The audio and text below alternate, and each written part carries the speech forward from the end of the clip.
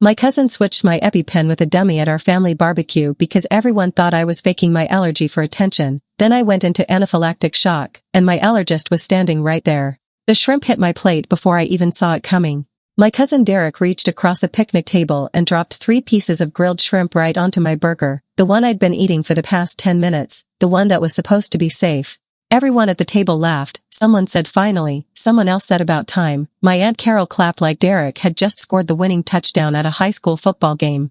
I stared at the shrimp, at the pink flesh glistening with butter and garlic, at the way the juice was already soaking into my bun, and I felt my throat start to close.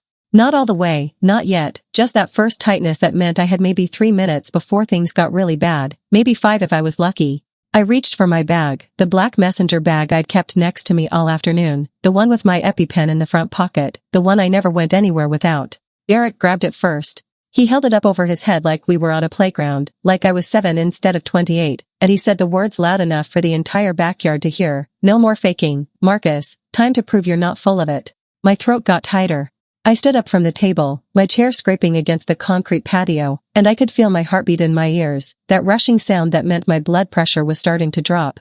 Give me the bag, I said, and my voice came out hoarse, strained, not like my voice at all. Make me, Derek said, and 35 people laughed. 35 members of my extended family at my Uncle Richard's annual 4th of July barbecue in his backyard in Naperville, all of them watching, all of them entertained, all of them convinced this was the moment I'd finally be exposed as the attention-seeking liar they'd decided I was. I could feel the hives starting on my neck, that crawling itching sensation that meant the allergic reaction was progressing, that meant I was maybe 2 minutes away from full anaphylaxis. Derek, I said, and I could barely get the word out, I need that bag now. He tossed it to my brother Kyle, who caught it and immediately threw it to our cousin Jennifer, who tossed it to her husband Mike, and they were playing keep away with the medical device that was the only thing standing between me and respiratory failure. The backyard spun sideways. I stumbled, caught myself on the edge of the picnic table, and my Uncle Richard said from his position at the grill, Marcus, this is getting old. You've been pulling this allergy excuse for 3 years now. We all know you just don't like seafood. You don't have to make it a medical emergency every single time. I tried to respond but my tongue was swelling. That thick heavy feeling that meant the angioedema was starting, that meant my airway was compromising, that meant I had maybe 60 seconds before I couldn't breathe at all. I fell to my knees on the grass. The messenger bag landed 5 feet away, tossed there by Mike after he'd apparently gotten bored with the game, and I crawled toward it, actually crawled across my uncle's lawn while 35 people watched. Someone was filming. I could see my cousin Danielle holding up her iPhone, recording me, probably planning to post it on the family Facebook group as evidence of my dramatic fakery. I reached the bag, unzipped the front pocket with hands that were shaking so badly I could barely grip the zipper, and I pulled out the EpiPen. Except it wasn't my EpiPen.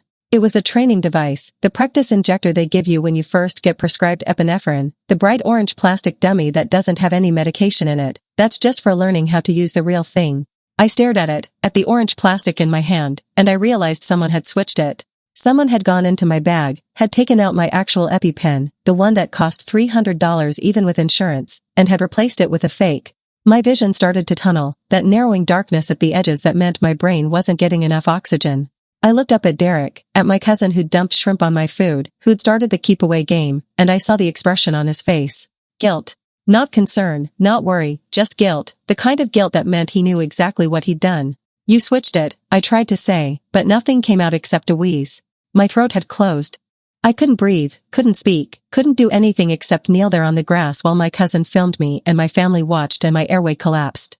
The last thing I heard before the world went sideways was my Uncle Richard saying, "See, he's not even trying to get up, he's committed to the bit, I'll give him that." Then I heard another voice, calm and professional and deeply angry, "That patient is in anaphylactic shock, someone call 911 right now, and nobody touch him." I didn't recognize the voice, not at first, not with my consciousness fading and my vision going black, but I knew that tone. That was Dr. Tone. That was someone with medical authority who was absolutely done with whatever they'd just witnessed. I felt hands on my neck, checking my pulse, then on my thigh, and I heard the click hiss of an EpiPen, the real one this time, injecting epinephrine directly into my leg muscle. The effect wasn't instant, it never is, but within 30 seconds I could feel my throat starting to open, could feel air moving into my lungs again, could feel the darkness at the edges of my vision starting to recede. I heard sirens in the distance. I heard my mother crying. I heard Derek saying I didn't think, I just wanted to prove, I didn't mean for. And I heard that same calm professional voice saying 5 words that made everything stop. I'm his allergist. I watched everything. Update 2 days later. I'm writing this from my apartment in Oak Park, not from the hospital, which is where I spent the last 48 hours being monitored for biphasic anaphylaxis, which is when you have a second allergic reaction hours after the first one. It didn't happen. The epinephrine worked. The paramedics got there in time. The ER doctors at Edward Hospital kept me for observation and I'm fine now, physically at least. Dr. Sarah Okonkwo sat with me in the ambulance on the way to the hospital. She rode in the back with me and the paramedics, and she explained to me that she'd been at the barbecue because she's dating my Uncle Richard's neighbor Tom, the guy who lives in the house directly behind my uncle's property. They'd been sitting on Tom's back deck having drinks when the barbecue started. She could see everything happening in my uncle's yard through the fence gaps, and when she saw Derek put shrimp on my plate she stood up and walked over because she recognized me. She's been my allergist for 3 years, since right after my diagnosis. I see her every 6 months for checkup appointments at her practice in Hinsdale, and she knew my shellfish allergy wasn't fake. She has my medical records, my allergy test results, my history of reactions, everything. And she watched my entire family torture me for entertainment. She told me in the ambulance, very calmly, that she'd recorded the last 2 minutes on her phone, starting from when I fell to my knees and crawling across the lawn.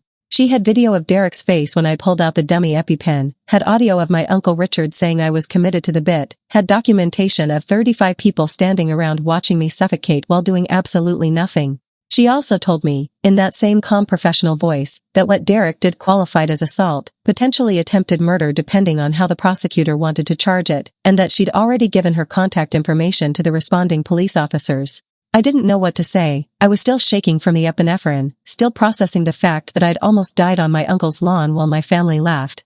Dr. Okonkwo looked at me very seriously and said, "Marcus, this wasn't an accident, this was deliberate. Someone took your medical device and replaced it with a fake. Do you know who?" "Derek," I said, and my voice was still hoarse from the throat swelling. "It was Derek. He's been saying for months that I'm faking, that I just don't like seafood and I'm using the allergy as an excuse. He posted about it on Facebook last month, said the whole family was enabling my attention-seeking." She nodded like she'd expected that answer, then she pulled out her phone and showed me something. It was a Facebook screenshot, Derek's post from 3 weeks ago, the one where he'd written a whole paragraph about how convenient it was that I'd developed a shellfish allergy right around the time my mom started hosting her annual shrimp boil, how suspicious it was that I'd never had any problems before age 25, how the medical community was too quick to diagnose allergies these days. The post had 43 likes and 17 comments, all from family members, all agreeing with him. My Aunt Carol had written, "Someone needs to call him out, this has gone on long enough." My cousin Jennifer had written, "I've been saying this for years, he just wants to be special." My Uncle Richard, the host of today's barbecue, had written, "Next family gathering I'm serving a seafood buffet, let's see what happens." I stared at the screenshot, at the proof that my family had been planning this, had been coordinating this, had decided collectively that my medical condition was fake and needed to be exposed. Dr. Okonkwo said, "I'm going to testify. If it goes to court, I'm going to provide your complete medical history, and Marcus, I want you to know that your allergy is severe. Your last skin test showed a reaction level of 4+, which is the highest possible rating. Your IgA antibody levels for shellfish proteins are dangerously elevated. You have had 3 documented reactions in my care. And any allergist in the country would tell you the same thing I'm telling you now. You are not faking. You are not exaggerating, and you could have died today." I started crying, right there in the ambulance, because it was the first time in 3 years that someone had actually validated what I'd been saying. The paramedic, a woman in her 40s with kind eyes, handed me tissues and said, "Your family sucks, man, I'm sorry." At the hospital they admitted me for observation, ran a full panel of tests, monitored my vitals every 2 hours, and kept asking me if I wanted to speak to a social worker. I said no, I didn't know what a social worker could do about my family being terrible. My mother came to visit on the first night. She sat in the chair next to my hospital bed and cried for 20 minutes before she could speak. She said, "I didn't know, Marcus, I swear I didn't know they were planning that. I didn't know Derek switched your EpiPen. I would have stopped him if I'd known." "But you saw him put shrimp on my plate," I said. "You saw him take my bag. You saw them playing keep away with it, and you didn't do anything." She didn't have an answer for that. She just cried more and said, "They kept saying you were faking. They were so convincing." And I started to wonder. I started to think maybe they were right. Maybe you were exaggerating. "I'm so sorry. I should have believed you. I should have protected you." "You should have," I said, and I didn't try to make my voice gentle. She left after that, said she needed to think, said she needed to talk to the rest of the family. I didn't hear from Derek at all. Didn't hear from my Uncle Richard or Aunt Carol or any of the cousins who'd been at the barbecue. The only person who came to visit besides my mom was Dr. Okonkwo, who stopped by on her way home from her office. She brought me printouts of all my medical records, 3 years worth of documentation, and she said, "I've already sent copies to the police detective assigned to your case. His name is Robert Chen. He's with the Naperville Police Department. He's going to want to interview you when you're discharged. And Marcus, he's taking this very seriously. He called me this morning to verify your medical history, and when I told him about the severity of your allergy and the fact that someone deliberately removed your medication, he said this was attempted murder, not assault." I stared at her. Attempted murder felt too big, too serious, too dramatic for what had happened at a family barbecue. But Dr. Okonkwo said, "He knowingly took away your only method of treating a life-threatening emergency, then deliberately triggered that emergency. That's not a prank, Marcus. That's not a joke. That's an attempt to cause serious bodily harm, possibly death. The fact that I happened to be there with my own EpiPen is the only reason you're alive." She was right. I knew she was right, but I couldn't process it. Derek was my cousin. We'd grown up together. We'd shared a bunk bed at our grandmother's house every summer until we were teenagers. He'd been in my wedding party before my divorce. And he'd tried to kill me to prove a point. Dr. Okonkwo left after making me promise to follow up with her office in a week, and I spent the rest of the night staring at the hospital ceiling, trying to understand how my life had gotten to this point.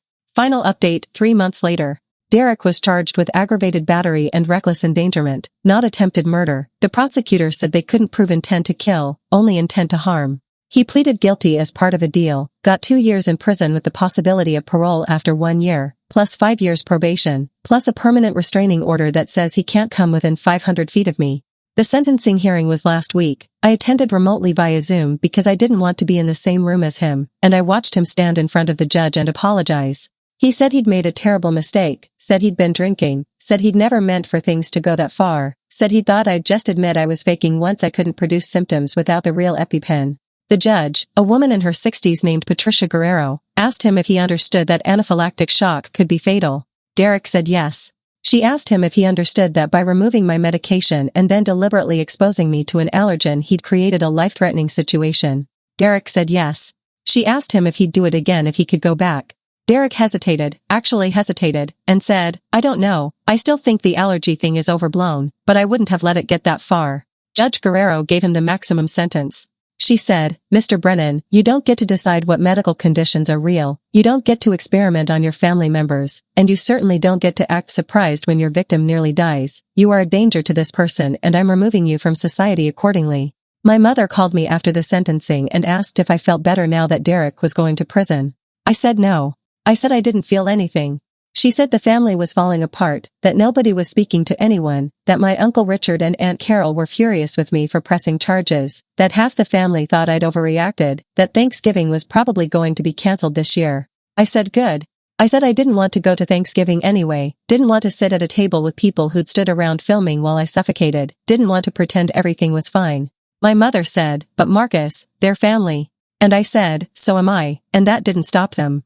She didn't call back after that. Dr. Okonkwo's testimony at the hearing was apparently devastating. The prosecutor told me later that she'd brought enlarged printouts of my allergy test results, had explained in detail what anaphylaxis does to the human body, had walked the judge through every stage of what I'd experienced from the moment the shrimp touched my food to the moment she injected me with epinephrine. She'd also provided the video she'd recorded, the 2 minutes of me crawling across the lawn and pulling out the fake EpiPen and collapsing, and apparently 3 people in the courtroom started crying when they watched it. Derek's lawyer tried to argue that it was just a prank gone wrong, that Derek hadn't understood the severity. Dr. Okonkwo had pulled out the Facebook post, the one where Derek had literally written that someone needed to call me out at the next family gathering, and she'd read it aloud in court. The prosecutor told me that was the moment Derek's lawyer stopped trying to negotiate a lesser charge. "I'm not going to family events anymore. I decided that definitively. My mother keeps calling asking me to reconsider, saying that people make mistakes, saying that Derek has learned his lesson. But I keep thinking about those 35 people standing in my uncle's backyard watching me die. I keep thinking about my cousin filming it, about my aunt clapping, about my uncle saying I was committed to the bit.